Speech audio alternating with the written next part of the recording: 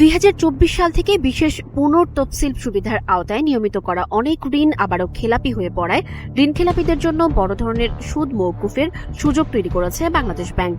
সোমবার জারি করা এক সার্কুলারে ব্যাংকগুলোকে ঋণ গ্রহীতাদের চার্জড আনচার্জড উভয় ধরনের সুদ মওকুফের অনুমতি দেওয়া হয়েছে। এর ফলে সুদ মওকুফের আগে তহবিল খরচ আদায় নিশ্চিত করার যে বাধ্যবাধকতা ছিল তা শিথিল করা হয়েছে। কেন্দ্রীয় ব্যাংকের তথ্য অনুযায়ী ২০২৫ সালের ডিসেম্বর পর্যন্ত খেলাপি ঋণের বিপরীতে ব্যাংকগুলোর স্থগিত সুদ হিসাবে প্রায় ১ লাখ কোটি টাকার আনচার্জড সুদ জমা হয়েছে।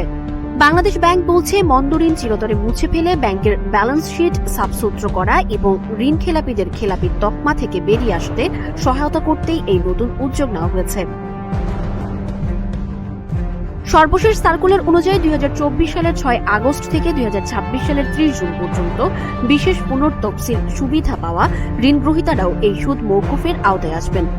নতুন নীতিমালায় খেলাপি ঋণ গ্রহীতারা কেবল ঋণের আসল অর্থ পরিশোধ করেই এককালীন নিষ্পত্তির সুযোগ পাবেন, অর্থাৎ এক্ষেত্রে তাদের কোনো সুদ পরিশোধ করতে হবে না।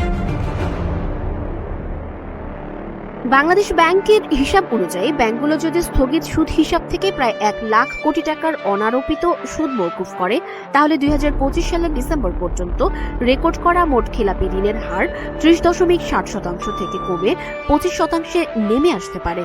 স্থগিত সুদ হিসাব হলো এমন একটি সাময়িক বা হোল্ডিং অ্যাকাউন্ট যেখানে খেলাপি ঋণের অনাদায়ী সুদ লাভ হিসেবে দেখানোর পরিবর্তে সংরক্ষণ করা হয়। কোনো ঋণ নির্ধারিত সময়ের পর পরিশোধ না হলে সেটি নন পারফর্মিং লোন বা খেলাপি ঋণ হিসেবে শ্রেণীবদ্ধ হয় এবং সেই ঋণের সুদ আর ব্যাংকের আয় হিসেবে গণ্য করা হয় না।